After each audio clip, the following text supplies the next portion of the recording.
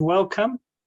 I'm Michael Ben, the founder of Psychoanalysis and Psychoanalytic Psychotherapy Facebook groups. And I'm a psychoanalyst based in Johannesburg, South Africa. The main aim of our group has been to make psychoanalysis and psychoanalytic thinking sort of more broadly available to the public. And I think it's become a space where we can have sort of open and sometimes informal discussions on academic topics that are very relevant to our day-to-day lives. And again, thank you for joining us. We've been very fortunate to run this series of discussions with the co-authors of the book Lacan and Race. If you have joined us from the previous two events, you will have known we already spoken to Derek Hook and Sheldon George, Hilary Neroni, and Gautam Thakur.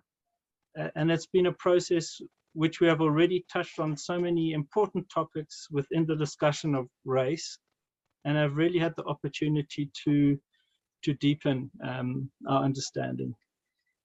During these sessions, Andrew Fremont-Smith and Enda Dupukar have been speaking to the different contributors about their specific chapters in the book and their thoughts in general on the topic of race. And as I said, it's been very enriching. So today we have the pleasure of speaking to another two co-authors, Michelle Stephens and Sheila Cavanagh.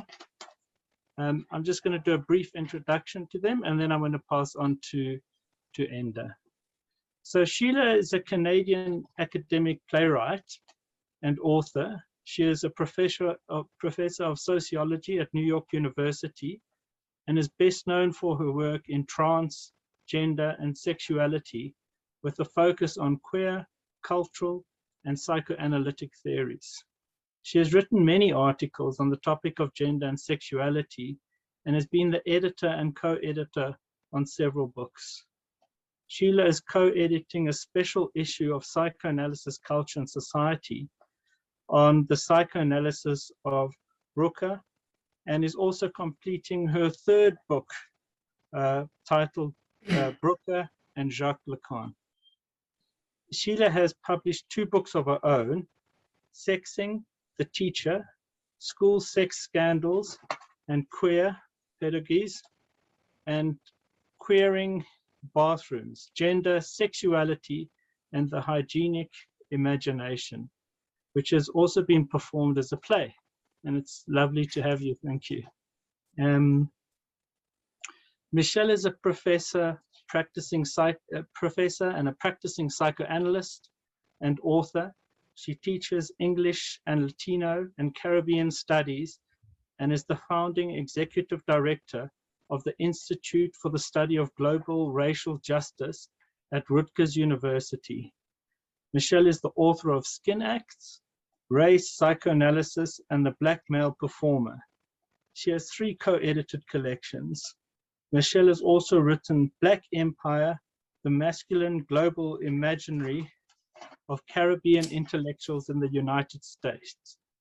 She writes regularly on Black literature and performance studies, Caribbean art and visuality. Michelle is known for her work in Caribbean American, Black diaspora, women's and gender studies, and critical race and psychoanalytic theory. And welcome, Michelle. And we look forward to an enlivening discussion. I'm going to pass on to Enda. Okay, thank you, Mike. Hi, everyone. Welcome to this is our third event now, with looking at the different chapters in the book Lacan and Race, edited by Derek Hook and Sheldon George.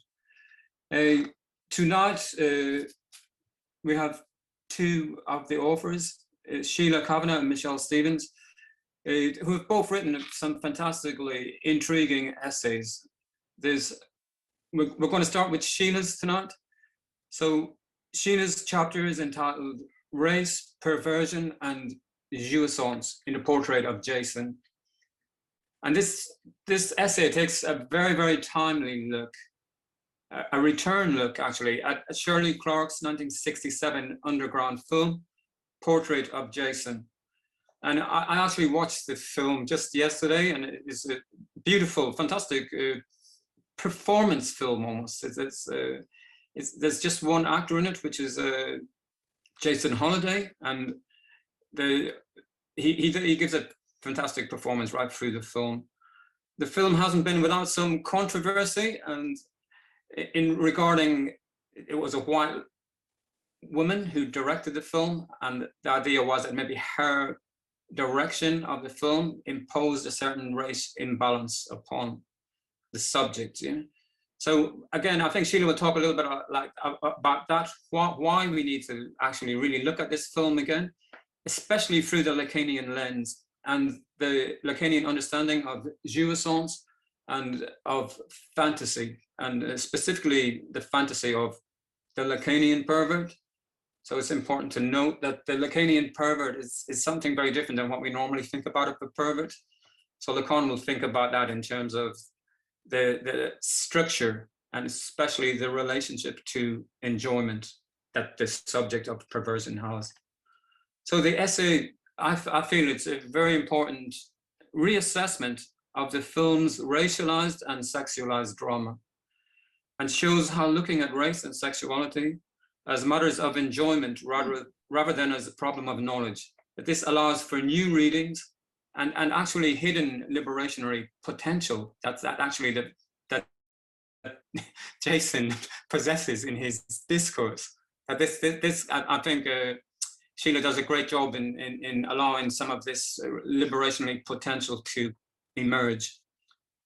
Yeah, so I'll pass it over to you, Sheila, to take it from there. Okay. Well, first of all, thank you so much for that lovely introduction and for your interest in my chapter and also in this fantastic edited collection as a whole. As has already been said, the book is on Lacan and Race, and really essentially what Derek Hook and Sheldon George have done beautifully is choreographed a collection of works that use Lacanian psychoanalysis to theorize race and racism. And to me, this is very unique for a number of reasons, but one reason in particular is too often people think of psychoanalysis just as a therapeutic technique, something specific to clinical practice. And we forget that psychoanalysis is also a theory, and it offers us many tools to theorize the social and the political, and in fact, in this context, racism, anti-Black racism in particular. And the thing about psychoanalysis, and Lacanian psychoanalysis in particular, is it offers a critique it offers an analysis of unconscious processes, and in so doing has a tendency to reveal really difficult truths, things we would really rather not acknowledge. And so psychoanalysis, and indeed in my chapter, offers us a way to think about how racism is not just a problem of knowledge, how it's not something that can be corrected by just, providing a truth about the racialized subject or a truth about the operation of racism. What I think is so beautifully illustrated in Shirley Clarke's film, A Portrait of Jason, is that there is desire and jouissance that operates within a racist fantasy sequence that cannot easily be undone. And so to talk about the film, as has already been said, this is a Shirley Clarke film. It was made in 1967, and it's essentially, it's unique in so many ways, but it's the first film to feature a gay African-American man solo on screen. And essentially what Shirley Clarke does is she films Jason Holiday talking about his life in her Chelsea hotel penthouse apartment. And what's very interesting about Jason Holiday is that he is a sex worker. He is queer. He is a cabaret performer. He lived in multiple cities, but specifically in New York, in LA, and San Francisco. And over the course of a 12-hour interview where the filming is continuous, Jason Holiday gets progressively, I'm hearing a bit of an echo back. Hopefully people are hearing me out there.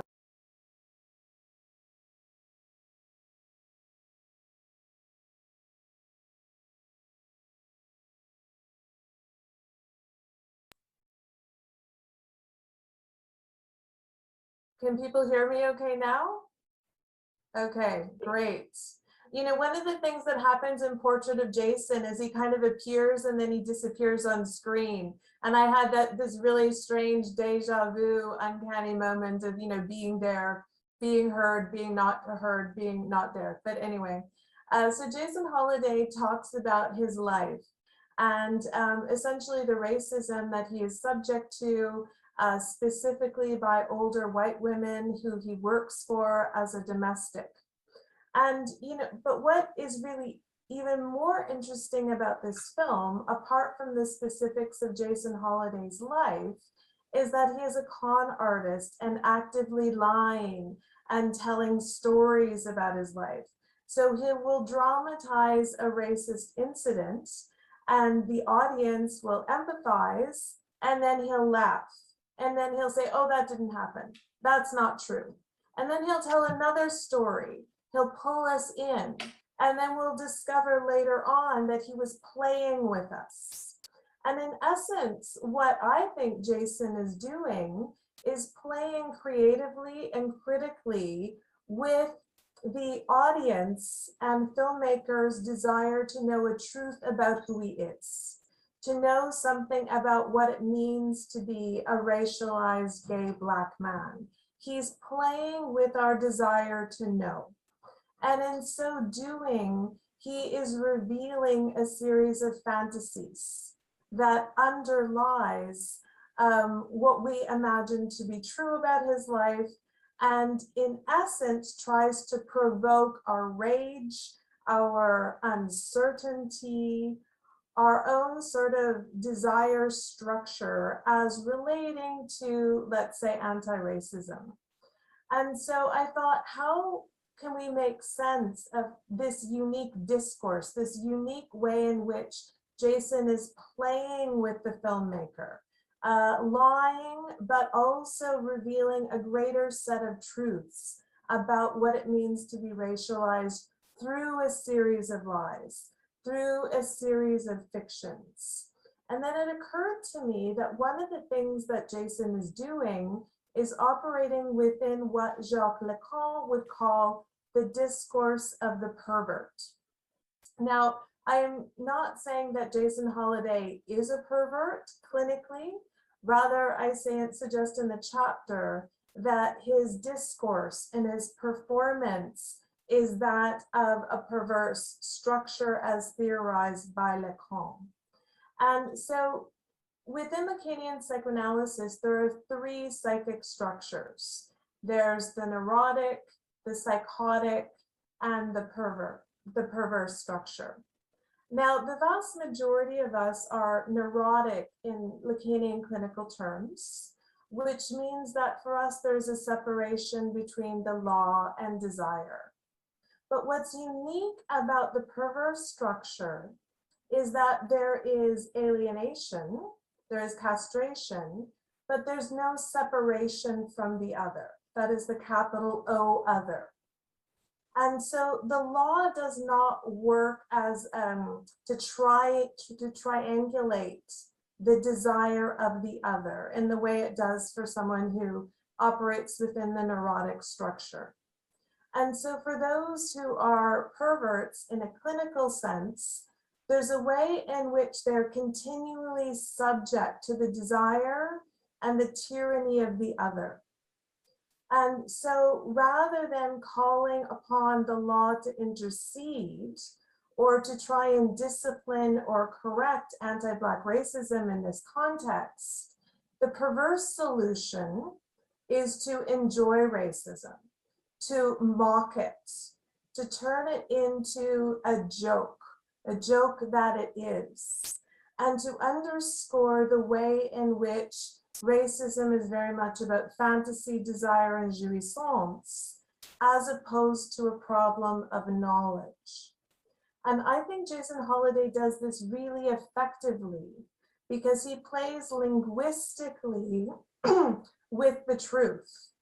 And he troubles any sort of easy solution to anti-Black racism by in fact revealing the way in which who he is not only structured by racism, but we cannot understand anything relating to its being outside of anti-Black racism.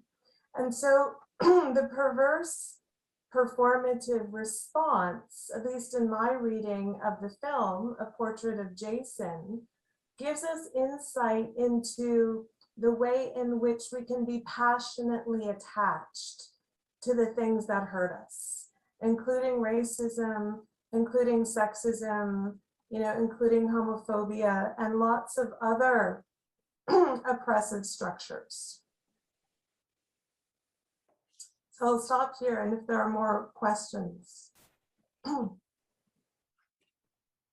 Yeah, the only thing that I would say, oh, sorry, you go ahead, Edna. I was just wondering, Sheila, if you could just say a tiny bit more about the difference between the hysteric subjects and the perverse subject. I'm saying the hysteric, I mean by that the neurotic. Of course, the obsessional is kind of comes from the hysteric, yeah. But just in terms of the difference and the relationship to enjoyment, is it possible you can just say, yeah? Yeah.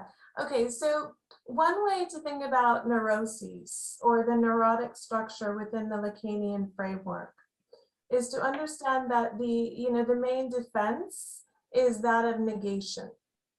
And so if we think about a neurotic response to racism, for example, one might say, oh, I'm not a racist, and negate it.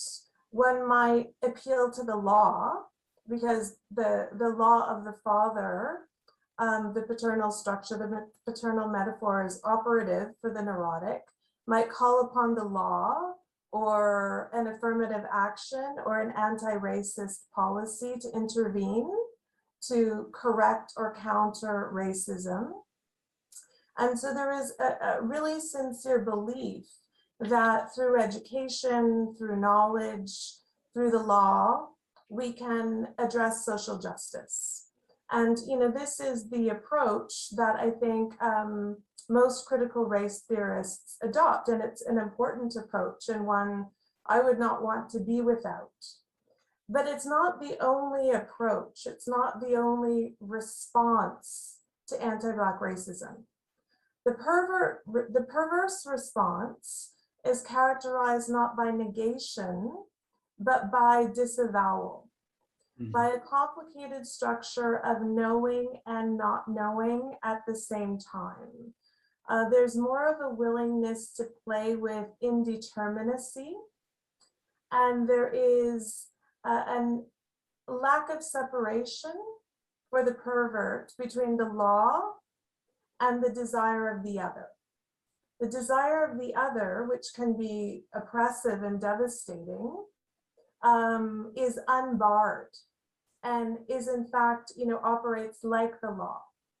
And so the perverse response to racism is not predicated on a fantasy that we can do away with racism. It operates on the basis of a knowing that there is pleasure in racism, there is desire and jouissance in racism, and there is an unconscious foundation to structures of racism that cannot be easily challenged. They cannot really be critiqued, engaged at the level of consciousness or rationality. So the perverse response to racism is to join in on the joke and to cause trouble for anyone who thinks they know anything definitive about race or about the mechanism or operation of racism. And instead, there's what we might call a comedic response to racism, where the enjoyment and the irrationality underlying racism is brought to the surface. And this is really uncomfortable, because what someone like Jason Holiday actually does is he makes himself the object cause of racism, like the object cause of desire, while also revealing how he has been hurt and devastated, but also subjectified through racism. And so it's nothing he can ever really separate himself from, because the way in which he has been racialized is part of the way, you know, it shapes who he is. And he cannot cultivate a fantasy of separation from it in the way that someone who is neurotic can. How's that for an answer? That's fantastic. Yeah. So I wanted to pull us back to the film and the reception, just in relationship to racism, particularly as, you know, as being interpreted through knowledge and through what I think is a kind of social discursive construction of race. Mm-hmm. But actually what you're getting at is something that goes beyond the social discursive, yeah? Something of a jouissance, and Jason makes himself the instruments of jouissance in his performance. Again, there is a performative quality to that, which I think has been missed somehow in the reading that sees the film itself as possibly racist. I was just wondering what do you think about that? Yeah, I mean, this is so interesting. I mean, I want to say that audience response and reception to the film, since it was made in 1967, the way in which it has changed actually reflects the way in which we think about anti-Black racism, and also the way in which we imagine solutions and responses to it. So in 1967, I mean, it didn't have widespread distribution, but certainly a lot of artists and writers in the New York avant-garde scene who saw it in 1967 thought it was brilliant and creative and really sort of captured something about the complexities of racialization.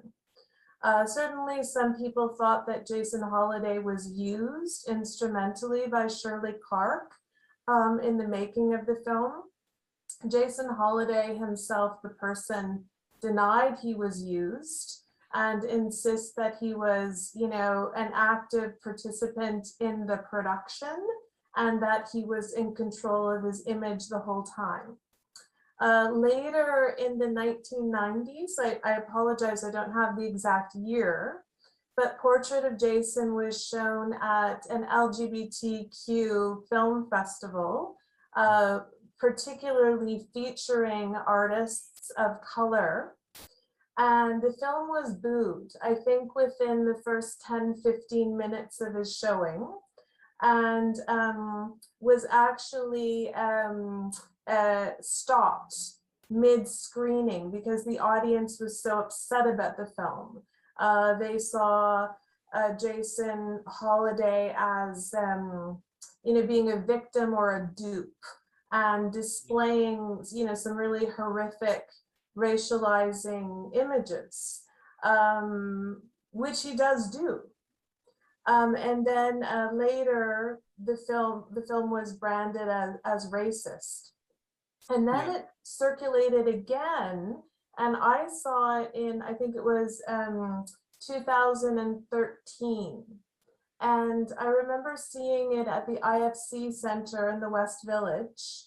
And I didn't know anything about the film. I thought, oh, you know, a queer African-American sex worker talking about his life in the 60s, this sounds fascinating.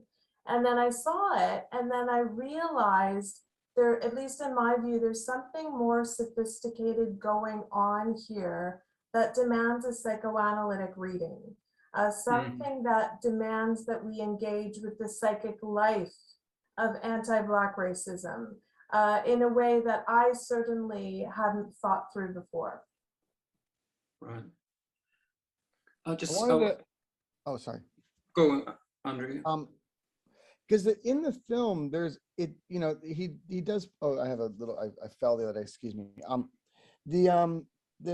In a lot of his discussions, the stories that he tells, he talks about that he's joking quite a lot, and he's playing with these racist tropes, but he's also brings to these points that have a tremendous amount of pathos about very much about these interpolated situations where, for example, he's asked questions about, did he love his mother, which is a rather very loaded, sentimentalist question, extremely humanistic. Who's going to say no to that? It's the most really cliche question one could ask and put someone on film to answer such a question. And he does his best to respond honestly. And then at a certain point, he brings up, for example, that his family would, I can't remember the exact words because he says it quite well, that they had airs of acting white, and that was not really the way forward. Because in other words, he does articulate quite specifically, and this goes to how his discourse is quite sophisticated at certain points, that he goes to say that's really not the way to be. And he's sort of marking a generational difference, I thought, from his elders, a whole generation, not just specifically about his mother, but a generational difference. And then he talks about the sexuality at a certain point, about how as a younger man, he was very oriented towards a lot of sexual activity. And that he recounts in a somewhat vague way that it was with his mother, basically, I gather, witnessing him giving fellatio to another man. And that was really what broke a certain dynamic between them. Though he loved her and had a certain dynamic with her, that was really what ruined a certain dynamic between them. Some kind of event of that sort he recounts.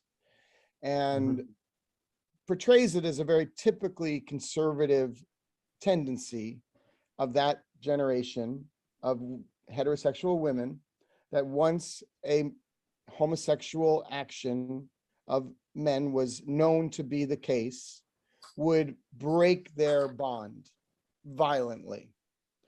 And he recounts it without any humor, is my point. It's quite a pathos moment that's being revealed, a quite, let's say, psychoanalytic moment of truth is brought forward. That is something that is quite moving, really, that is being revealed.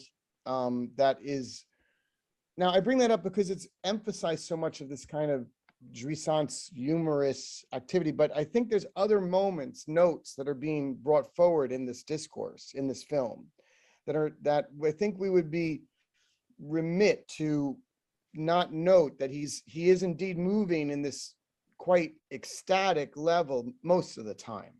But he's also noting and emphasizing, that's why I think he says that, at a certain point in this kind of jive talk way that, they maybe used us, but I used them. It's also partly that he does get a different message across, a more complex, that people do, I think, somewhat ignore, that does point forward a number of different aspects in his discourse, portraying the generational differences he's trying to give a message about the sexuality that it isn't so simple to understand. Now, he's not a sociologist. He's not doing, he's talking in this free form way. He's not trying to, hit all the P's and T's and Q's and give the perfect recording. That's not his purpose, if you know what I mean. He's not trying to, it is in some sense a session. But my only point is that I wonder if you could respond to that the discourse that he's giving us is a certain authenticity, let's say, that isn't just a matter of this thing of like, he's always playing, he's always lying, he's always joking. There's more than just that going on in this film. I just wanted to note that, and I wonder if you could respond to that, and how the perverse, if we'd call it that, activity, what's going on, also brings us to this other point that I think it's an important issue, because it's a little hard to not grab that, because there's so much as excess going on. Anyway, that's my comment, and I just wonder if you have a thought on that. Andrew, you said so many interesting things. I'm struggling to figure out, which strands I want to pick up on. One of the things I feel compelled to say is, although, Jason tells us a lot of stories and we don't know, how authentic they are, because he, by his own admission, is playing with our desire to know something about who he is. I wouldn't say that the stories are inconsequential. I wouldn't say that they're authentic, but I think what he does is he transmits a series of affects deliberately in the telling of his stories. I mean, I know when I saw the film, I think I experienced every emotion imaginable. I felt envious of him.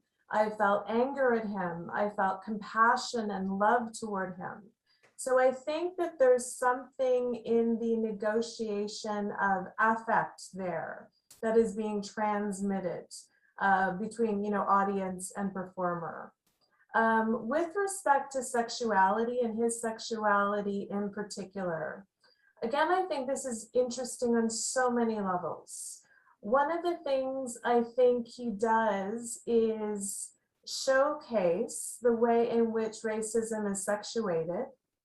And by this, I don't mean in intersectional terms, although racism and sexism, of course, intersect. But psychically speaking, I think that our responses to racism are sexuated. I think that racism is sexuated and takes different forms that impact upon desire, jouissance, and what we would call unconscious sexuality. I think it's important to note that also in 1967, the film Guess Who's Coming Home to Dinner, starring Sidney Poitier and Katharine Hepburn, was also distributed, and in fact, I believe won an Oscar or some grandiose award. And what's interesting is Jason Holiday was kind of the anti-celebrity. He's the anti-Sidney Poitier, because no one would bring Jason Holiday home to dinner. He's not about to get married to a rich, beautiful white woman. His life is the life that, doesn't get mainstream Hollywood attention. And, for a variety of reasons, one of which is because he's gay, also because he is a sex worker, and because he, his desire is unbound, unlimited, uncircumscribed by the law. And I read one really interesting reviewer comment, and he actually wrote, if there was any justice in the world, Jason Holiday would have won an Oscar for Best Actor, not Sidney Poitier. And, not casting dispersion on Sidney Poitier. I mean, I think he's a brilliant actor, and I actually really love him. But Jason Holiday gives us something that is unique, that is original, and that is different. And I certainly think that we need not only queer readings of Jason Holiday, but I think we need psychoanalysis to understand the full significance and complexity, not only of his response to racism, but of his sexuated response to racism. Yeah, I just a little bit add to that, Andrew. I think it's Sheila, you touched on it, but it's very important to understand that the relationship of negation of the pervert, is one of disavowal. So it's not as if the pervert's subject is always there playing the instrument of the other's enjoyment. They also have the possibility of desire. So you can see this coming through the film. And especially when he talks about the suffering, He's very much aware that he has suffered. And as soon as he says that, he disavows it. Don't get me wrong, I enjoyed it so much. And then he will suddenly retreat again into the possible subject of desire. Yeah? So I think, but even with that, it seems like he is actually playing with that, that he seems to be aware of playing with the two structures there of instrument of enjoyment, of provocation, but nonetheless seductive instrument of the desire of the other. And that is where there is always a potential. The question was always in Freud, whether a perverse subject is really different than a neurotic subject, and how they differ from the psychotic subject as well. But it's in the negation of disavowal, which, unlike the psychotic subject, they also have the big other and an access to the desire of the other. So in a way that makes the performance all the more gripping, through a psychoanalytical reading. And again, you can see a subversion or an inversion of the subject-other relation happening a lot through the discourse of Jason. And I'd say we can see that on many different levels, but including the level of, like you said, sexuation and gender, but also race, but I would also say class. And I was going to ask you about this, Sheila. I think the class element is very interesting, because when his use of the word of how a houseboy performs, I think he gives a fantastic, there's a fantastic inversion of the class relation in that, And I just wanted to say, just read out very quickly that historically, a houseboy was a term used in the British Empire for a male domestic servant. He usually was, but not always, a native person who worked for a British family living in the non-British regions of the empire. It just says a few of his jobs are ironing, shoe shining, running errands. The British English term for the occupation was batman. So anyway, this idea of the houseboy, it took a grip in LGBT community as well, in reference to a young man who performs domestic work, where the enjoyment normally has an erotic, though not necessarily sexual aspect. So that's just from the dictionary definition. But I found that part of it really interesting, especially from a Marxist critique level. You see the inversion of the class. And what Marx once says, that once we realize that capitalism is about enjoyment rather than accumulation, then we can leave capitalism behind. So I think even in Jason's inversions, you can see it totally in relationship to class as he switches. And I think that follows, again, because that follows the perverse switch of the fantasy construction. You know, the subject, the barred subject, lozenge goes to the object ah. But for the perversion, it's the emphasis is on the object ah. So the object of enjoyment. Yeah, I'll just put that to you quickly. Yeah. That is so insightful. Yeah, I mean, I always think that Jason Holliday gives us such an interesting dramatization of the famous Lacanian phrase, your money or your life. Yeah. Right? You're supposed to make a choice, but in actual fact, you can't really choose because both are compromised. And, Jason talks a lot about money. And he says that he has hang-ups with money. And, psychoanalytically, this is fascinating. He says, I always want money. I've always gone after money, but I never have any money. When I do get money, I lose it. I think he says something like, I've been bawling from Maine to Mexico, and I still don't have any money, right? And so, but there's something in the acquiring of money and the losing of money that animates his stories. But I think there's even more to his relationship to money than that. And, I was thinking about the way in which Lacan's formulation of the perverse structure is in part informed by Freud's writing about the beating fantasy, and and a child is being beaten.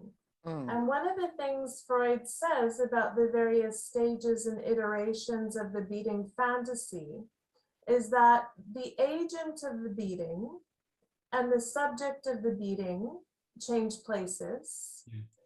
That in the beating fantasy, there is an undoing of sexual positions. You know, am I being beaten by a boy? Am I being beaten by a woman? There's a disruption of generational differences. But I don't think that enough work has been done on the way, well, I think work has been done on the way in which these beating fantasies disrupts or alters subject-object relations. But I don't think we've thought fully about that in terms of race. And certainly I think of Fanon's work, where, you know, he talks about how in the colonial encounter, racism affects both the colonizer and the colonized. You know, there's something in the intersubjectivity there of significance. And I hear that in Holliday's talk about the older white women who hire him. You know, he talks about breaking their china, their expensive china, you know, kind of Orientalist trope. He says, I did it by accident. No, I did it on purpose. And then he says, it gets to be a joke. Who's using who? You know, he's really interested in what Hegel, I guess, would call like the master-slave dialectic, like the play in that. Absolutely. And, you know, before we move on to Michelle's, can I just say, Sheila, as well, is it possible you could say a little bit about, it's kind of moving on, developing that point, is if we think about the perverse structure in relationship to being the instrument as the object are, so when we think about that in relationship to the relationship between the filmmaker and the subject of the film, and how that setup can remind us of a certain doubling of the relationship in the clinic between the analyst and the analysand. And so I thought I mean, yeah, and I was just thinking about that dynamic between Shirley Clarke, in terms of almost like, again, this power struggle that's going on, because the perverse subject will not address the subject supposed to know. They will take the position of the subject supposed to know, and that is the subject who's supposed to know how the other enjoys. Right. So I just think that, you know, the whole film displays an amazing capacity to reveal these structures of disavowal and taking on this instrument jouissance position. And so just in terms of, sometimes you hear in film theory this idea of that the gaze of the other is being, you know, is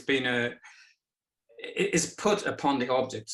But again, like you say, the reversal of, like in The Child Has Been Beaten, what Jason does is he returns it back, and so we see that push-pull dynamic going on right through the film. Yeah. And I mean, the only thing I'll try and say quickly, you know, the film does resemble an unbarred psychoanalytic scene where Shirley Clarke asks questions aggressively. You know, her countertransference is not held in check. There are no rules. You know, it is a tense situation. The subjective stakes are high. Shirley Clarke wants to know who Jason Holliday is, and Jason Holliday will not tell her and will play until the bitter end with her desire to know.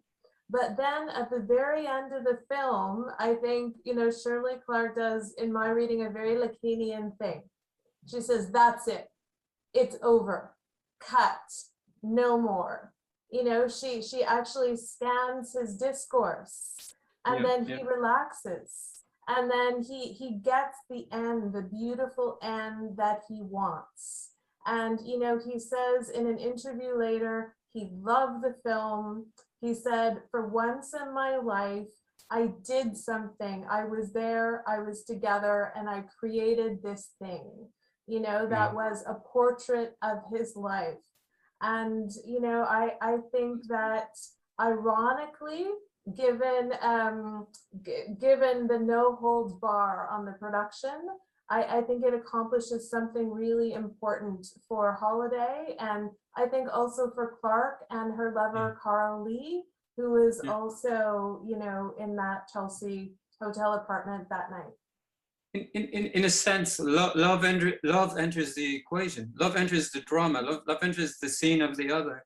And when love enters the scene of the other, it's no longer this site of the instrument of jouissance. Yeah? That it allows desire for three subjects to emerge. Yeah?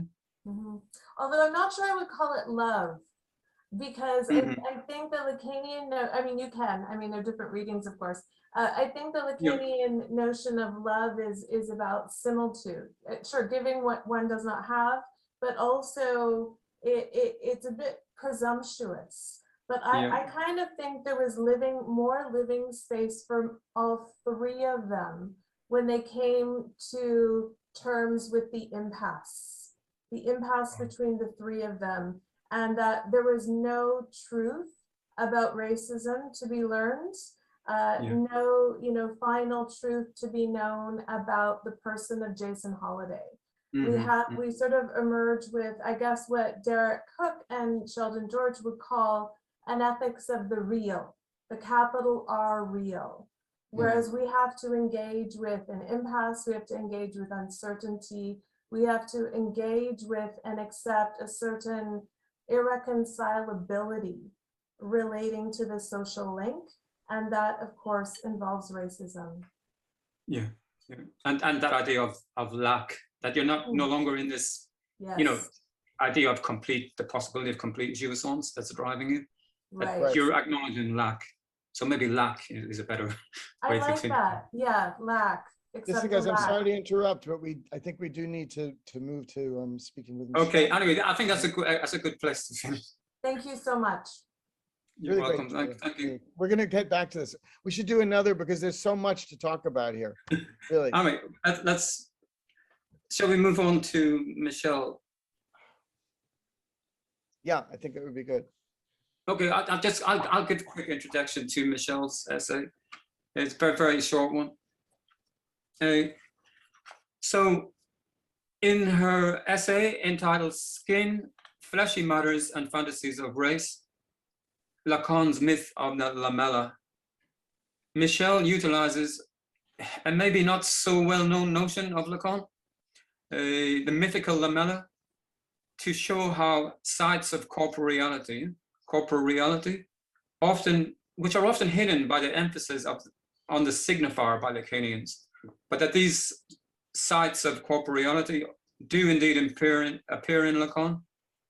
And in Michelle's reading of Race with Lamella, she suggests that racialized skin may operate as lamella. Michelle ties the surplus enjoyment of the body and the psyche to the histories of race that go beyond social and discursive construction. I feel this is very crucial as well, due to a certain impasse that we are witnessing right now, especially in relationship to social discursive readings of race. And I think this is very timely right now in relationship to not just Black Lives Matter, but an explosion of racism that's happening across many different parts of the world. Yeah? And it's also quite pertinent that Lacan predicted in the 1970s that this explosion of racism would occur. So I think that was interesting. He tied it into a particular liberal reading of capitalist progress. But anyway, just to get over to you, Michelle, just to take a look at the lamella. I know it's quite a difficult concept for some people to grasp. And I was also wondering, like, a beautiful way into race, to use Lacan's idea of lamella. What seduced you about the idea of lamella first to bring you to race? Sure. So I'll preface my answer by starting by saying that, I come to Lacan as both an academic and a psychoanalyst. And so the academic in me wants to think about the structure of Lacan's thought and the structure of the notion of the subject that he articulates, whereas the analyst in me is thinking about what are the gaps, the impasses, the holes, the indeterminacies that one can use Lacan to work with clinically, right? So there's two kind of slightly different ways of taking in Lacan. And so the lamella actually was the oddness of this lamella, right? And for those of you who are wondering what it is, lamella, Lacan describes it as this nebulous kind of organ of the body that would be the organ if libido had an organ, right? He calls it the libido organ of the body, right? He even describes its texture. It's kind of amoeba-like and slimy and goopy, and it envelops your face, and it slides under doors, right? Another metaphor or image he provides is that of, and of course it's a pun on words in a true Lacanian kind of spirit. He calls it the omelette, H-O-M-M-E-L-E-T-T-E, right? I often, when I read that part of it, in English also the manlet, when I read that part, the image I often have is of the membrane that sits between the shell of a hard-boiled egg and the albumin or the egg white, right? That thin membrane that sits between. He talks about a lining that flies off of the subject as the subject enters into language, right? These are all the images that he uses to talk about the lamella. And it only comes up in very, very small specific places in his work. It's, I always forget if it's a Cree or I think it's 4 fundamental concepts. But it doesn't come up very often, but he spends a lot of time evoking what this lamella looks like and what this myth of the lamella, this lining that flies off of the subject, represents. So in his descriptions, I, as a Black Studies scholar, also have done a lot of work on the skin. And the more I read about this odd little entities, the more I thought, there's a striking kind of resonance, I'll call it here, to this as a metaphor for the skin. And what particularly drew me there was the first thing that I said, which is the lamella is initially connected to a discussion by Lacan of the erogenous zones of the body. And he goes through and he names the erogenous zones that we would expect, the anus, the mouth, he describes these as all rim zones. And then he says the lamella is the kind of zone or erogenous object, right? And as I was thinking about that, I was realizing, of course, all of those bodily sites are also skin, right? And they represent the kind of haptic relationship one has to aspects of one's corporeality, right? Visceral, haptic. And so that there was a way in which what he was evoking was something that one might call the skin. Now, I make a point in the essay of emphasizing that I'm somewhat reading Lacan against the grain. I'm the psychoanalyst who's reading Lacan poetically and also somewhat literalizing him and suggesting, might seem odd. We don't think of Lacan as thinking about corporeality, but precisely because of his connecting the lamella to the erogenous, the lamella, if it's a myth of anything, it's a myth of the corporeal. It's where one finds corporeality in Lacan's account. And so that was kind of the starting point, that idea that there's a kind of fantasy of corporeality that Lacan is working with, fantasy, metaphor, myth, that is what he's trying to get at through the lamella. The lamella, when he says it's an organ of the body, the organ of the body, became a kind of entryway for me to think about race, because at some level, as I also state pretty early on in the essay, I think one of the challenges of working with Lacan and race is that you cannot talk about race without thinking about the body. And so if you believe that we really are so fully encapsulated within a signifying structure and language, then you lose an ability to actually talk about some of the embodied realities that dictate how we think about race. So the deeper stakes of the essay is really to think about embodiment and race and how one uses Lacan to actually think about that, given that we tend to think that that is not an aspect of his theory, the corporeal, that we're going to him for. So after I've kind of demonstrated that there is a place to find potentially the corporeal through this little strange entity of the lamella. I then go on to think about different ways of using the metaphor of the lamella to touch on actually very different aspects of racialization, whether it's incorporeality, which one might connect to whiteness, whether it's the signifier of the skin, which one might connect to blackness, and then in a Fanonian sense, but then finally a kind of another idea, which is about the flesh. And so I talk about these three different ways of trying to think about embodied, racialized subjectivity, with the lamella playing a role in a sense in all three. Right. So would you think that the lamella in Lacan, it can, the idea of the racialized skin, could you say a little bit of how that could possibly operate as the lamella operates? Okay, so it has different angles. So for example, if the lamella is the object, right, is the almost the objet that we can never, that is unattainable, right? So one of the arguments of the essay is that the misplaced and kind of disavowed relationship to the body that is central to a certain notion of whiteness, and then therefore central to a certain racialization of blackness, right, is one way in which the lamella kind of figures as this unattainable notion of a kind of transcendent incorporeality that is the highest state of the subject, as if the subject lives purely in language, purely in the signifying realm, and has no, and is pure subject when the body has been disavowed. So in a way, I'm kind of using the lamella to turn something on its head. If we want to argue, no, there is no corporeal in Lacan, it's primarily about the symbolic and language, I'm saying, well, that actually could be a particular notion of the subject, right? That is a notion of the subject, that he's actually looking for a way out of that when he's thinking about the lamella, because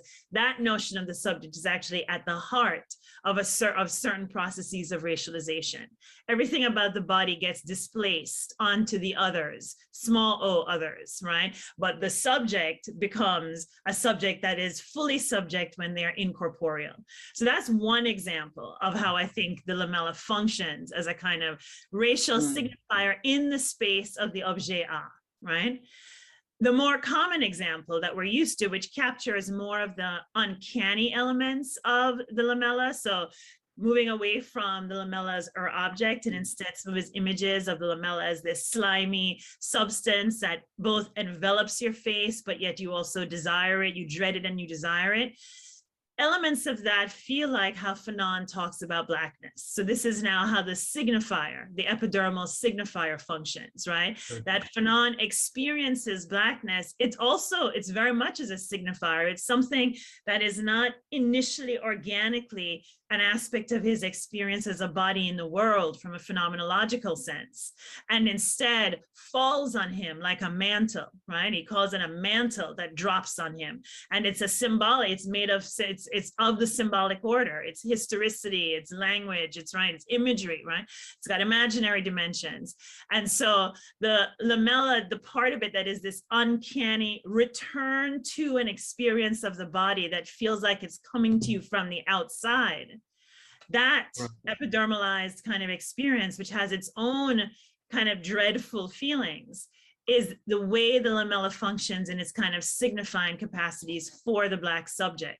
And so Fanon is a kind of important line of argument for thinking about that aspect of the lamella as the racialized signifier. And then the third, which is where I move towards the end, is I try to give the reader a kind of image to work with that will help them imagine. And so the image is of a figure in art history called the écorché. And the écorché were images of the human body, but as skinned, as skinless, as kind of stripped of the skin. So you see all the muscular layers underneath. And there's a long history of how the écorché is used as a representation of what it means to be human. But I kind of use it metaphorically to gesture to a move that I think is happening in Black studies, both Black artistic studies and literary studies, cultural studies, of moving away from striving to turn our epidermalized skin into the incorporeal skin of the legitimated subject. And instead the opposite, digging into the skin, and kind of unfolding and unlayering all of the embodied aspects of Black subjectivity. So kind of sitting in and digging into the skin, right? Digging into discourses of the skin, right? As a kind of methodology, a lot of Black studies has been turning to thinking about the flesh. And what does it mean, skin beside flesh? And where is the flesh in the Black subject?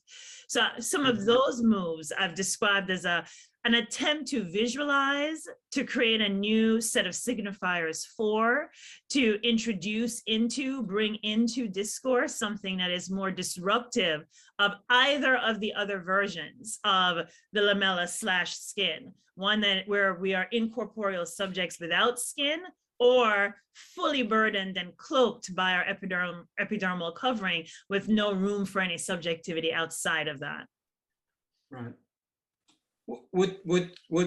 Can we relate that idea of the fleshy thing or the skin thing? Can we relate that to that sting, like the thing of horror, that to be reduced to something outside of the symbolic? Yeah, so it does ring a bell with that, yeah. Yeah, so that is where Zizek goes when he picks up on some of this use of the lamella in Lacan. He kind of talks about the flesh as, we imagine a body stripped of its skin as something that is repulsive, something that is frightening, something for which there is no words. There are no words within the symbolic, right? The human as meat, right? And in a sense, that's where his analysis stops, right? Because he's focused on the skin is the dress of the flesh. He's focused on the signifier, right? But I think coming from a Black studies perspective, we have fully lived in the world of what it means to be seen as meat, right? What it means to be seen as property, what it means to be seen as objects. So the idea that there is no expressivity or no communication from that place, that once you are out of the realm of the signifier and in the realm of the flesh, it may be somewhat unspeakable, but it is still being lived and it is still being expressed. It may be an aspect of unformulated experience, but it is actually still an aspect of corporeal experience. And so I'm trying to bring that, there's, that kind of Black studies kind of perspective, that this is kind of what Fanon is trying to describe, right? That there are aspects of experience that fall outside of the signifier and to some degree confound the signifier, right? And that often Black subjectivity sits in that space. Right, yeah. So it just quickly, it brought to my mind, but because I was thinking about this, especially in relationship to Karl Marx's critique of capitalism. In Capital, at one stage in Primitive Accumulation, but he talks about these skins that are wasted from colonial labor. And it's like these skins are hanging up. I just comes to my mind because I actually did a project illustrating Capital, and that was one of the images I drew, was this, because he says how many skins of the colonial labor are worth this amount of products. Again, I don't know if you're familiar with it, but it very much reminds me of something that came up in my understanding of what Sheila kind of related to in Jason, was that the idea between surplus value and surplus jouissance. Yeah.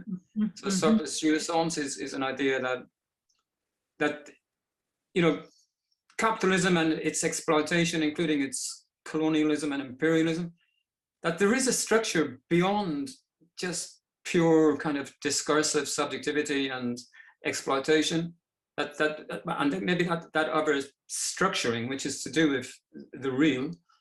I think that's really where the lamella, where you're describing, comes in. That's exactly right. Like if you think about even the image in the essay of the images of a kind of stripped, skinless, male holding apart from him his skin, right? When you mention the Marx quote, I think of the distancing that for, even when Marx is saying that there's a way the subject position that is speaking is of the body holding the skin aloft, right? The skin is out there, right? The skins are out there, right? And some of what the essay is trying to do is, in a sense, flip Lacan on his head and say, what does it mean if I am the skin that is reading Lacan, right? What if I am the subject? So you're flipping Zizek as well, in a sense, because Zizek is saying that skin covers the horror up, but what you're kind of saying, well, no, it actually doesn't. That's right. That's right. And it's a particular understanding of the subject that is constructed on the idea that the skin can cover the horror up. There are other understanding, or maybe more experiences of the subject, right? What Sylvia Winter, a Caribbean theorist, would call other praxis of the human, right? In which the horror is not at all covered up by the skin. You know, this resonates a little bit with the other, with discussing the film, surely the Jason film, because in that there's a sequence where he discusses when he's working for a white woman, and part of it was making food, and how she would then say these crazy racist things about, you're the only N-word person that I like, and also that he's always making chicken, and this whole issue that I'm working right now on a performance of Genet's Maids. And one of the things that goes on in that, which resonates very much with Fanon, some of Fanon's work, is that once the Madame is in the house, there's this whole thing with time, that when Madame is not in the house, they have all this so-called free time where they're interacting with each other, and they're complaining a lot about the Madame. But the moment Madame is in the house, they have to work and be like crazy, working constantly under her authority. And at the same time, it's very human. They're in an intimate relationship, and there's lots of love and care and sort of subversion and all kinds of issues. Now, the other thing that relates to the film and to what you're discussing with the skin, in a way, I'm just resonating here with what you're talking about. And I want to bring this up, I'll articulate in a moment, is that he talks about making the chicken, and that she brings them in this kind of very naive, liberal way of, come and join the party. And he's like, I don't really want to do that. And all this performative stuff about just join us. And he's always very aware of being a black-skinned person, a racialized person, that he has to perform in this sort of way that he can never really be outside of, and be this cool cat that he's sort of doing this performance thing with all the time for the gaze of the camera, is my read of it. We don't really ever know, is he always this cool cat guy all the time, or is that very much a part of that time's affect style, which it certainly seems to be, in my view. And so I just wonder, in that film, it also resonates with what you're talking about in a certain sense of like the carrying the skin around is something that, I mean, one of the things he talks about, which is similar to the play, is that when she's not around, the woman he works for, he's just reading magazines and cleans up the house. He has to do housework there, but it only takes him a half an hour to do it or so, basically keep the house clean and make dinner or whatever. The moment the woman comes in, he has to act like he's a crazy busy man, constantly keep the place, in order, because it's this sort of performance thing to look like he's, the disciplined working man in the house. And it sort of goes to something about what you're talking about, the lived experience. And it has to do with where I'm getting with this, is this, the real of it, that it's got to be displayed, a sort of spectacleization of, I am carrying the skin around for you. Like, look, here I am being your visibilized, racialized, display. Here we are in the colonized position, everything is visibilized. You need to see it. I can't just sit here and read a magazine like I would if you weren't here. I would just be a regular person, but I've got to perform constantly for you. Yes. Anyway. But let me link something to that. And the reason why is because, and this is something that an Afro-pessimist thinker like Frank Wilderson was saying, it gives me a great way of thinking about the statement he makes linked to what you just said, Andrew. The reason why is because racism is a relational dynamic, right? So when Jason, for example, is performing, right, he's doing that because, I'm going to use some of the metaphors you were using, right? The Madame needs him to perform, to allow her to feel that she is in a party of whiteness, of transcendence, of a certain notion of subjectivity to which she can invite him to join, right? Exactly. As opposed to, and so one move you can do is perform. So I will be the skin that has a certain role within this party, right? And there's a way some of that is in relationship to your notion of subjectivity that you want me to kind of prop up for you in my performance. Or I can do something that actually starts to confound your own understanding of yourself. And that's what I love about Sheila's piece is towards the end that she was talking about what happens to Shirley Clarke, the director, that the more Shirley Clarke unravels and her anger and racism and discombobulation becomes apparent from behind the screen, is the more, in a sense, that the meat of the matter, the real, is being exposed, right? Because no one is propping up anymore the idea that there is a liberal, interrogating, asking subject who knows, and there is a performing black-skinned other who is in some kind of relationship to that. The whole thing is being deconstructed, right? Indeed, We're all meat, right? That's right. That's my thinking. I also think that I mean, if I were to be critical, I mean, whatever, I think to some degree, he's not willing to go all the way with, not that he has to, it's not his responsibility to Jason, with bringing it to sort of subjective destitution. He sort of brings almost, and then he wants to bounce back and forth between being this cat hustler, this language, not that he has to, but he, in my view, he has no ethical responsibility to have to do that. So he's always tethering in his discourse that he does bring it to this pathos levels. It's very interesting because, let's say comparatively to Fanon, when he's talking about these issues of that he brings up at one point, and this is something that was in the other discussions we had, that Fanon famously brought up this question of that so few Black men can go through the, what was the phrase, can go through the gates of hell, or the you know, to go what I'm calling subjective destitution, to really deal with this issue all the way. Not anyone should, you know, I would never presume. My point is only that it's and what I think you're raising is such an interesting question of how does one, this lived experience, and the whole question of Zizek's, we could critique saying it's a little bit superficial. I mean, that he's bringing this up theoretically, this point that it only brings it so far, and then it doesn't quite go as phenomenologically as far enough as it maybe should. Anyway, it's just a side comment. And well, but let me link, you know, that's partly why I started where I started. The theorist in me might want to abstract out what does actual subjective destitution look like on the other end of the spectrum. What is the transcendent incorporeal subject on one? What is the abject on the other? But the clinician in me would know that just as there are, you know, subjects all along the spectrum of the perverse, the neurotic, the hysteric in relationship to this notion of the subject, there are also subjects all along the spectrum in relationship to that point of subjective destitution, right? And in a sense, I think this is precisely what people are wrestling right now. And since May 2020, some of the awakening is kind of like reckoning from various fronts, is trying to figure out where one fits along both of those spectrums and how those spectrums relate to each other. Right. And just one last note on related to the maids, the Genet's play, because in the play, one of the things, and it relates to Fanon's work in that black skinned white masks, there's no resolution. They can't find a resolution. The maids, they aim to kill the madame. It becomes almost a slapstick scene.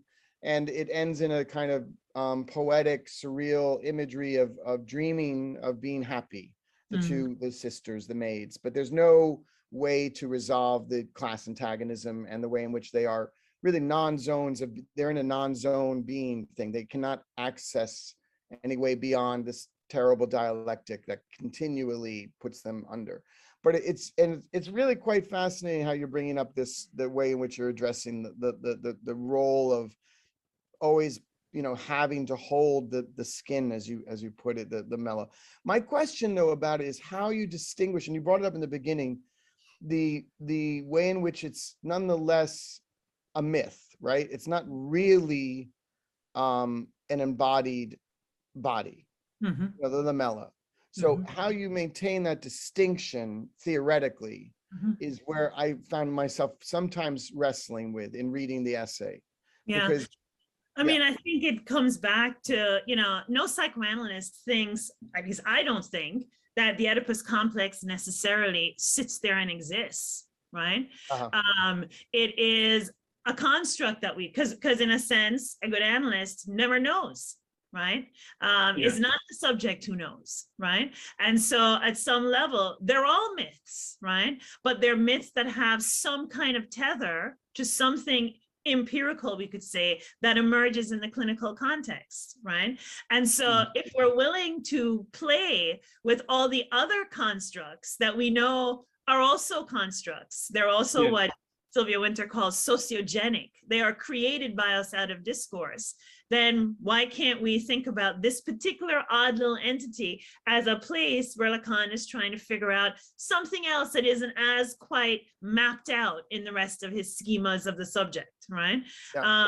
So that's how I would hold it. Like I say it's metaphor, but in a sense, it's a very substantive sense of metaphor that I'm kind of working with. It's the sense that we are constantly creating ourselves in language, and those creations then have significant embodied impacts, right? And so then, but if we can, what's the word? If we can carve out the possibility, you mentioned dialectic before, and I think, it's not necessarily something I'm going into in the essay, but I think part of the reason why I bring in the flesh, I bring in a third, is actually, I think for Caribbean and Black studies thinkers, the dialectic is the problem, right? For the creolized Caribbean subject, they're not dealing just with dialectics. They're dealing with relationalities that go well beyond dichotomies, right? And so a kind of more creolized, hybridized mode of relating, right? And so now we're heading into much more complex territory. And so the slipperiness of the lamella across different categories actually captured those places in Lacan where he's actually flouting dialectics and dichotomies. And the fact that the lamella is appearing in all these different ways in his own work was fascinating to me, because then he won't let you fix it. Oh, this is a part of the real. Oh, this is a part of the symbolic, right? And so then I tried to play with that and move that way with him throughout the essay. Do you think it, just taking up on what you're saying, do you think it somehow relates to, like, Lacan himself, is kind of non-recognition of his own whiteness as a marker, that has, like, that almost the lamella in a sense means he's not marked in terms of that material sense? Yes. Whereas my short answer would be yes. I think there's a much longer answer, right? That but I do think this is partly where we're going, is actually starting to name. So this is a gap in Lacan. This is a what? A gap and lacuna, as something missing from his own. That's right. So the idea that the materialist dialectic will say that you are already marked by the material master signifier, and somehow that's not operating. It's you're being color blinded to it. That's right. And thinking about color blindness, I'm just thinking in relationship to, you mentioned about Gilroy and epidermalization as the marker of the difference of skin, whereas your reading goes beyond that. That's right. Based on a Sanquin reading. Can you just say a tiny bit about going beyond Gilroy's marker of skin as difference? Yeah, well, you in a sense just kind of suggested it, that there is a way in which the identification of skins of different colors as a marker for some fundamental difference in being, capital B being, right, is a historical process. It's not an ontological process, right? It historically becomes ontology, becomes the way in our moment we understand, the same. So that's why I said it's connected to what you just said, because the master signifiers sit within certain historical regimes, right? And so along with the master signifiers of whiteness, the way in which what is marked or unmarked for the psychoanalytic subject, what Lacan can't see just as a historical subject even, it is unmarked, right, for him.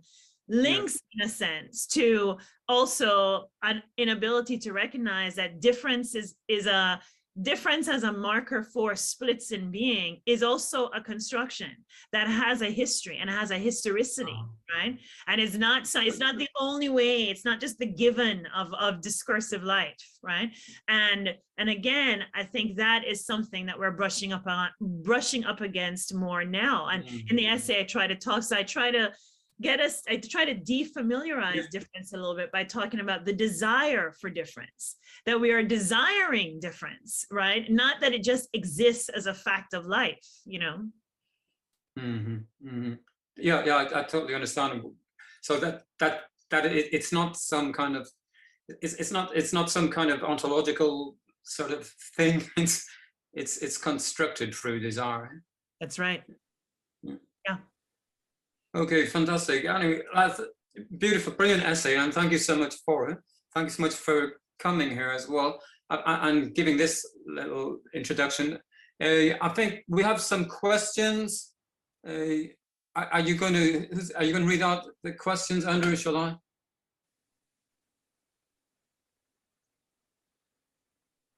Go for some questions, Andrew. I think we can go to people and have them themselves ask the question. Let's see. Okay. Let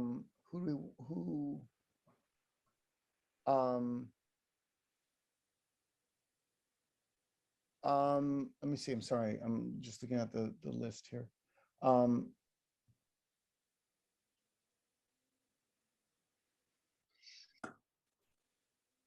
I think Jana Morgan.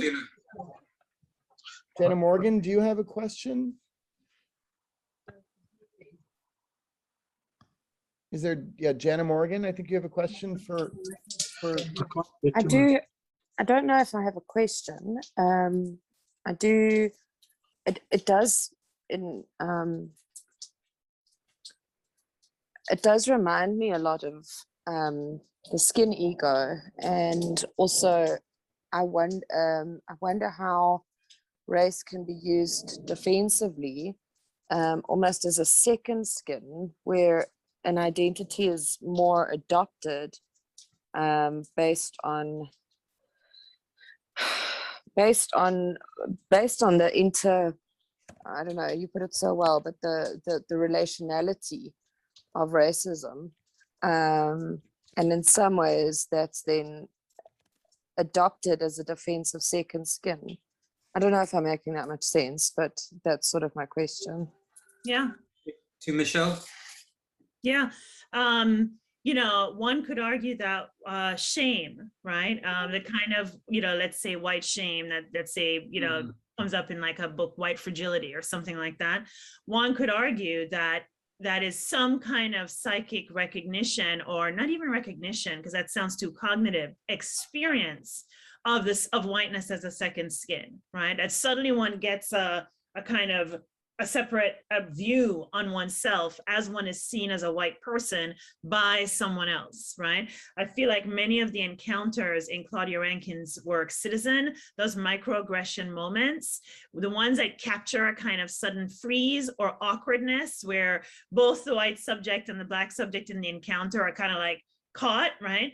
It's precisely kind of one of those moments. I think your idea that the notion of a kind of second skin and what happens when one becomes aware of it and aware of how it functions for someone psychically, right? I do think that that would be relevant for thinking about it. Certainly also there are versions of it that could be thought about. There's a way that's partly what Fanon is describing. What is the skin of blackness like when the subject actually identifies with it and takes it on as an identity, right? So, you know, it's certainly relevant. I'm glad that you referenced Jana Didier-Zeus, the skin ego, because that was actually very helpful for me in thinking also about the skin, less so much for this piece, but for earlier research for the book Skin Acts.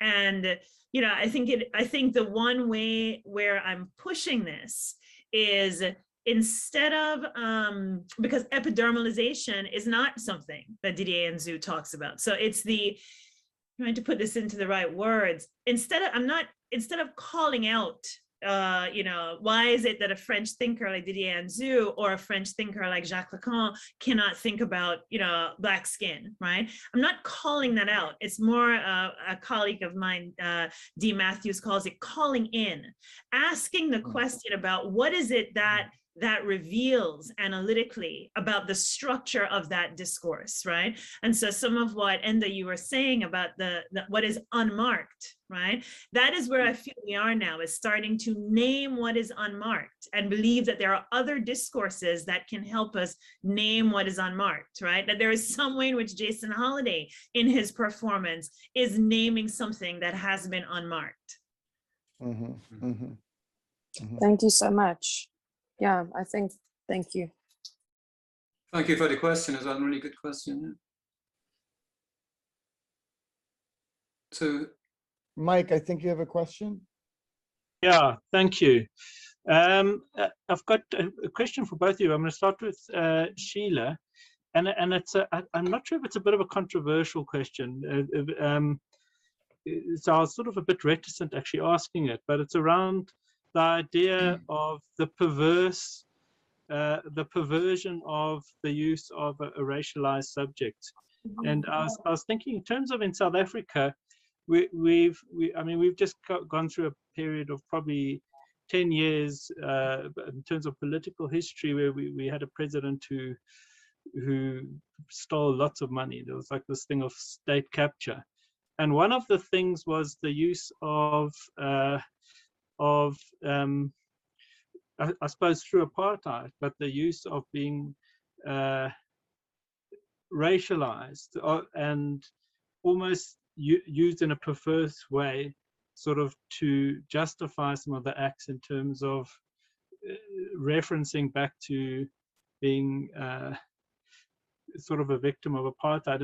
And it's different to Holiday, where it's more quite flamboyant, but this was sort of done in a way where it was used I suppose to steal, really, and often then linked back to that.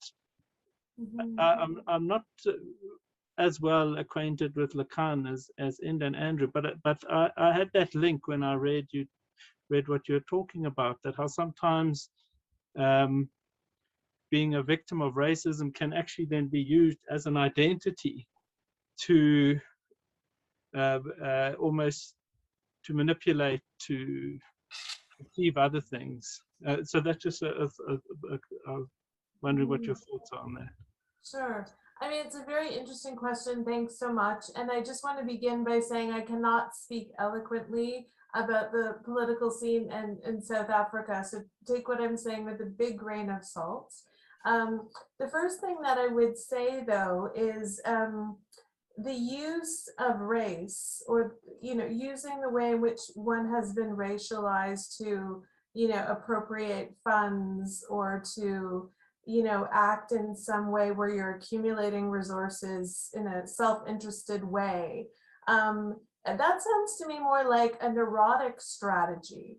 It's perverse in a kind of common, sort of in lay terms, like I would call it like a perverse neurotic defense, as opposed to a response that we might think about in terms of a clinical perverse response. But I would also say, that would be a technique that was really well developed by white colonial governments in South Africa and elsewhere. I mean, sort of, appropriating goods and essentially stealing, the resources from other people, cultures, communities, and justifying that on the basis of white colonial racial entitlement. And so I don't think it would be surprising that those who are racialized would do something similar. I mean, perhaps the irony of it reveals the perversity underlying any entitlement one should have on the basis of racialization.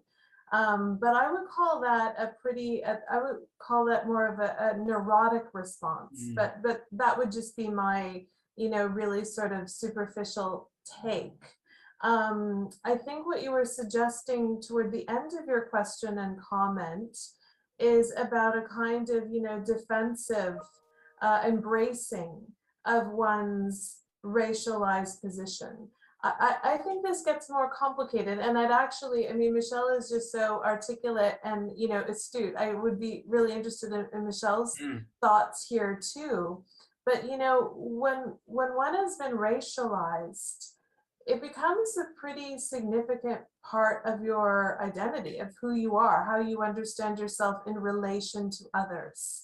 I'm not convinced you can just let go of it so easily. One of the questions Sheldon George always asks is, if we know that race is socially and historically constructed, how come no one's giving it up?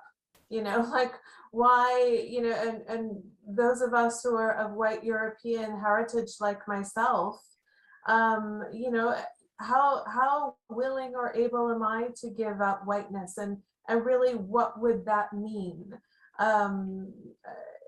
It's a kind of complex question, actually, to imagine, kind of liberation from race. I definitely believe in harm reduction. I believe in an ethics of the real.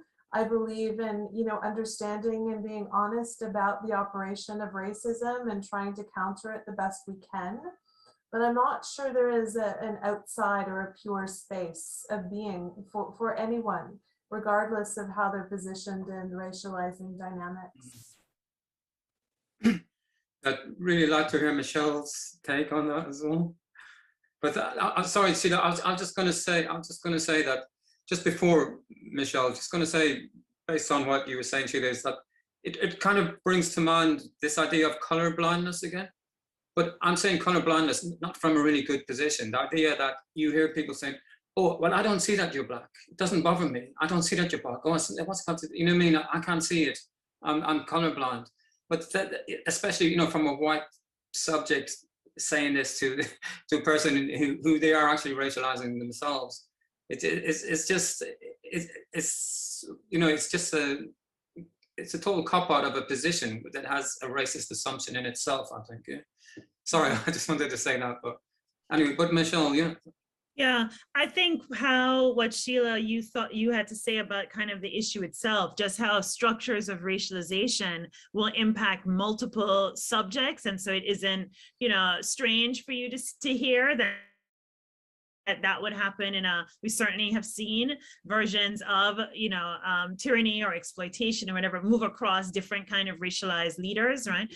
And I think you're right to link the structure of colonialism as a certain kind of notion of governmentality that has deeper, impacts beyond just, the original colonial and imperial leaders who held it. So I think I would very much align with Sheila's answer on that. And I find very interesting what you were saying about thinking about just throughout, I've been fascinated and learned from the distinctions you're drawing between neurotic versus perverse defenses. And so I found that very illuminating, actually. You're thinking about answering, Michael, through that lens. And then this last piece about the colorblindness. Yeah, I do think that something about that I wanted to share. Oh, I know what it was. That is related a bit to what you were saying at the end, Sheila, about whether we can let go of our racial identity and how much it becomes such a profound part of us. So I'm finding right now very useful, it's a very subtle shift in my thinking, but very useful, a very old argument by the Caribbean theorist Sylvia Wynter. I've mentioned her once before. She was making this case, like 30 years ago, right?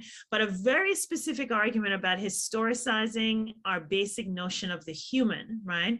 And there's something about that is actually really clicking for me right now in terms of, if we reframe what we have thought about as race as a social construction, rethinking Blackness, rethinking whiteness, as some more profound reimagining of the human, and a reimagining that cannot happen in thought, which is the second thing she says, is it happens in practice. We have to build it up from the ground. We are within a regime of thought in terms of just colonial modernity that I agree with Sheila, you can't just think yourself out of, right? You have to engage in practices around what it means to be human that then allow one to build up a different set of ideas about what it means to be human, right? There's something about that. And I think it's my clinical training that's helping me with that too. The idea that what we do psychoanalytically is as much a practice as it is theory. I very much agree with Sheila that it is theory. And it's the dialect, it's both, right? The dynamism between that. Something about that has been feeling very positive, has been feeling like a way forward, a way to be thinking right now, which I agree is a little bit different from thinking you can shed what you had. It's kind of more seeing it, holding it, marking it, and then trying to act alongside it in a different way with each other. Okay. Thank you very much. That's very helpful. So again, I'm probably not putting in Lacanian terms. So essentially, it would be a neurotic. It's a repetition of a trauma response. This again, that wouldn't be Lacanian terms. So it would be a more based on a neurotic than a perverse. But thank you very much. Yeah. Well, you can think of it, Andrew, in terms of desire. It's a desire, isn't it? So you're desiring within the parameters of that structure. So it's a very, it's a neurotic response on that level. So it's not outside of the subject of desire. It's a desiring subject's response. Mm-hmm. Also, if I could just say something really quickly about color blindness when it comes to race. Am I on or am I muted? Yeah. I think that this is really interesting to think about in relation to psychoanalysis, because not only do white people talk about being colorblind, I don't see race, I don't see people that way, if you're somehow above it. One way to define color, this sort of innocence, the pretense of innocence, white innocence when it comes to racism, is to think about it also in terms of the white child sexual innocence thesis, right? The idea that, kids are sexually innocent, so they need to be protected from gay people, or kids are sexually innocent, so they need, we shouldn't be doing sex education too early. And, ironically, this child protectionism actually sets up the conditions for sexual abuse. Because, there's a silence around talking about sexuality. Kids aren't given the language to talk to adults about, good or bad touch, what is happening to them. There's a kind of silence, a cloak of silence that falls over the child, and it's usually a white child, designated innocent. And I see a really comparable strategy at work when white people say, "Well, I don't see racism."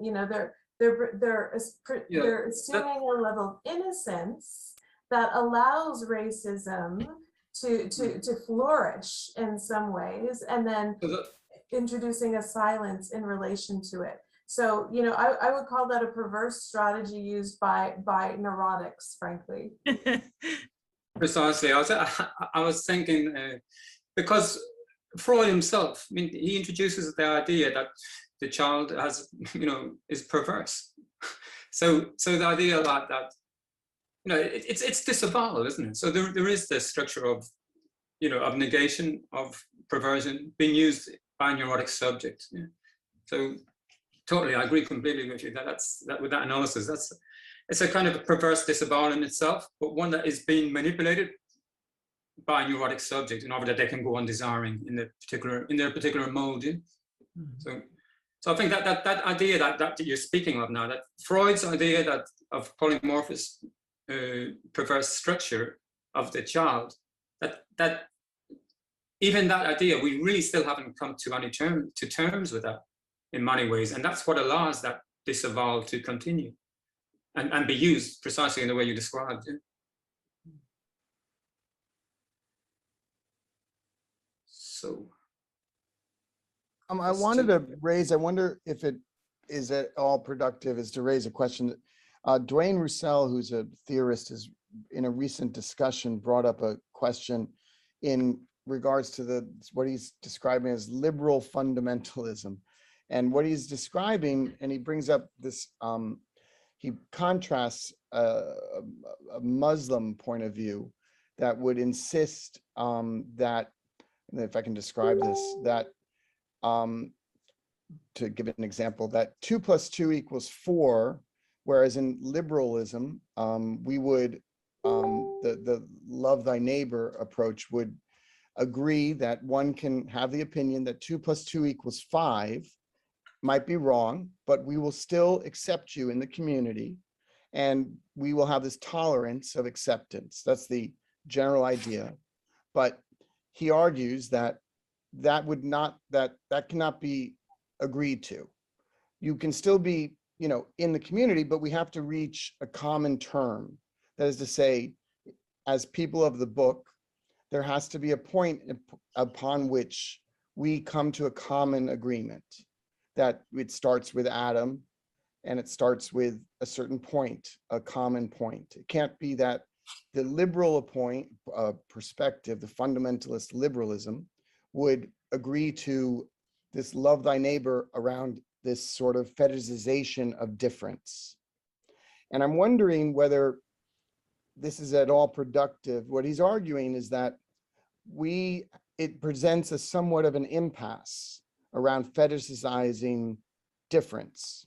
So we end up in this kind of this liberal capitalist order of organizing around everyone, stay in your lane.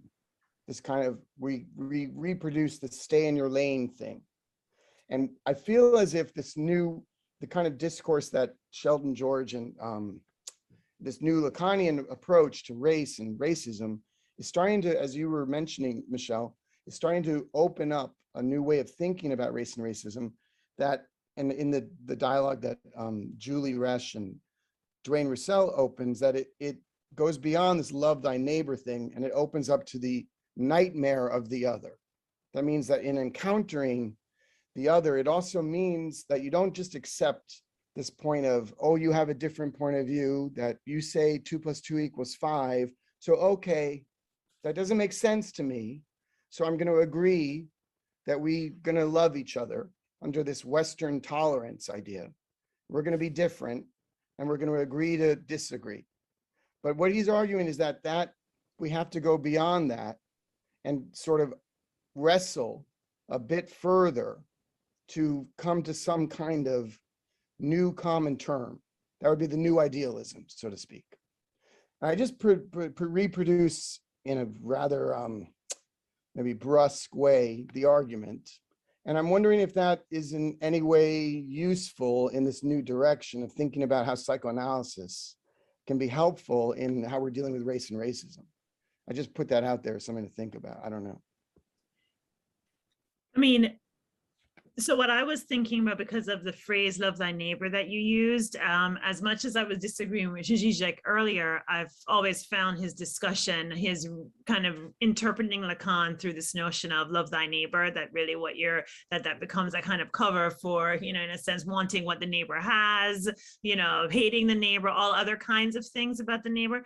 I think that's the one place that I would, everything up to the idea that there's something much more complicated going on than what the liberal discourse would want to believe is the end of the story, that this is how we, come together and we all hold our silo differences in a way that once again becomes a way of somehow putting something over difference and making it's okay that we're all different and difference is a thing and kind of, right?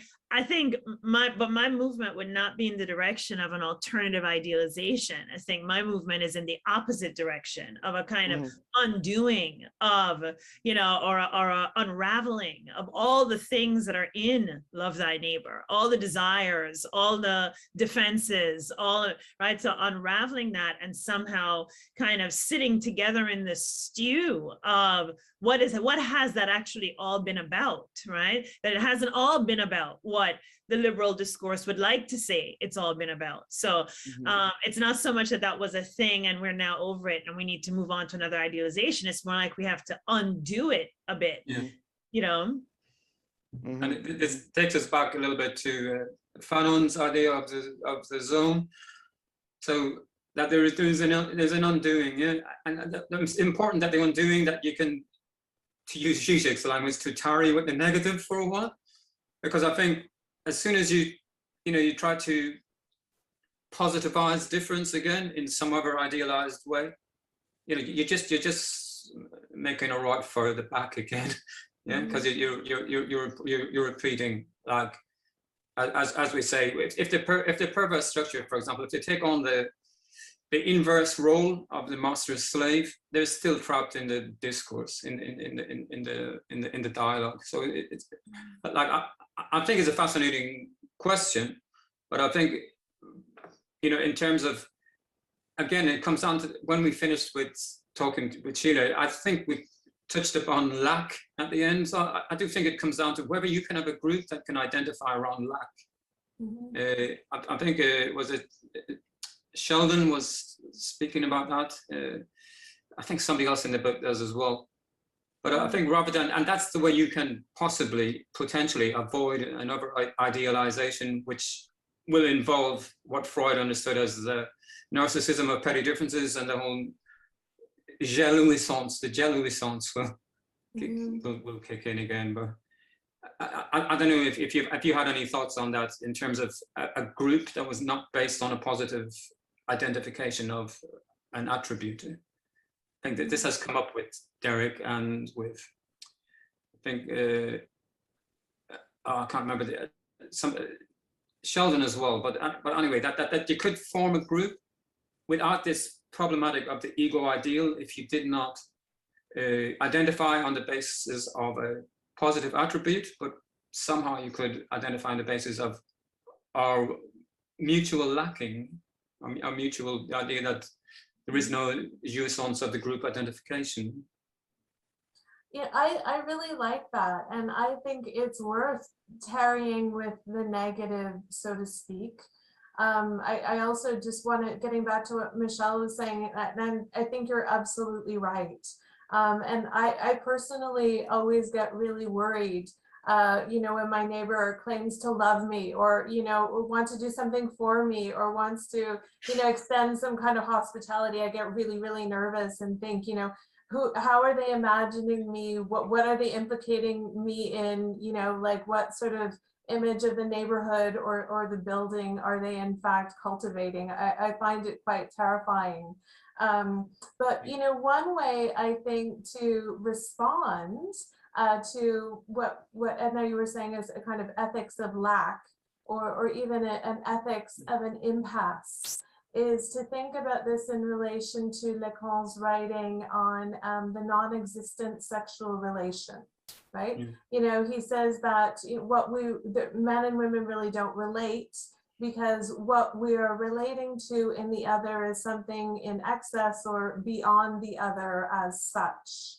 But, you know, later in his work, in his writing on the symptom, which is an older word for symptom, he says something actually does work out in the sexual relation from the point of the impasse, where there is a recognition of a symptom or a problem. There's the capacity to make a symptom, which is a creative solution or response to, you know, to the impasse, to the misunderstanding, you know, to the lack, to, you know, what cannot be properly known or understood or accepted about the other.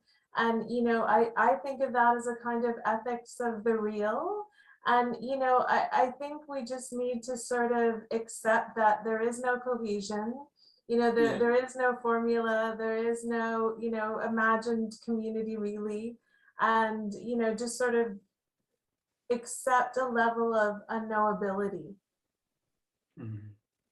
Fantastic. I think that's a really nice point to bring up, that idea of the Santom. And just to say as well, how we can understand it as a kind of a writing of language in the real, that sometimes that produces this solution, which is a relationship to jouissance, without having this ego ideal structuring. But yeah, thanks for that, Sheila. And I don't know, I think we're thinking about wrapping it up. I'm going to ask Michelle and Sheila, would you both like to say something, like a kind of closing little statement, anything you had on your mind that maybe you would like to get across just to end up? Maybe I'll say something, or I'll start off. First of all, thank you for having both of us, having us here. This has been a really great conversation, just even going beyond. I don't know if Sheila feels that way, that from myself, even just going beyond and thinking more with the essay and moving beyond it. And what I'm really moved by in terms of where we got to at the end is, you know, that I think this is also partly what I was gesturing to in the way that I began. I think why I decided to train as an analyst is it felt that there might be movement in the place of practice, that I wasn't completely, I was getting stuck at impasses in the place of theory, you know? And I feel like one of the wonderful things that I think Derek and Sheldon's book is doing by putting Lacan and Race really in dialogue in really thoughtful, rigorous, deep ways. It's the practice of the book as much as the theory of the book that I think makes it such a positive direction forward, you know? Thank you so much for that, Michelle. And I just want to echo everything Michelle is saying, and to thank you all for, you know, taking the time to host us, to read our chapters, to care about the book and the project. And you went to see Portrait of Jason, the film. Like most people who ask me about the chapter, you know, they don't watch the film. And so like what I experienced this is an extension of the book and a building of a kind of critical community. You know, Michelle, the fact that you and I have been able to, you know, exchange ideas virtually now, this is something that doesn't often happen unless people like yourselves put in the work to try and, you know, profile and celebrate critical academic work. And to me, it is thrilling when people take psychoanalysis up, Lacanian and otherwise, to think about like important social, political, and economic questions. So I just really want to thank you, and I appreciate the dialogue and the questions. Well, thank you both so much. Really, thank you. Fantastic talk, Mike. Yeah, thank you very much, Michelle and Sheila. I really appreciate it. It's been really a great conversation, and really appreciate your work. Really thank you very much. Yeah, also, I'd just like to say thank you. And just to echo both your points, it's I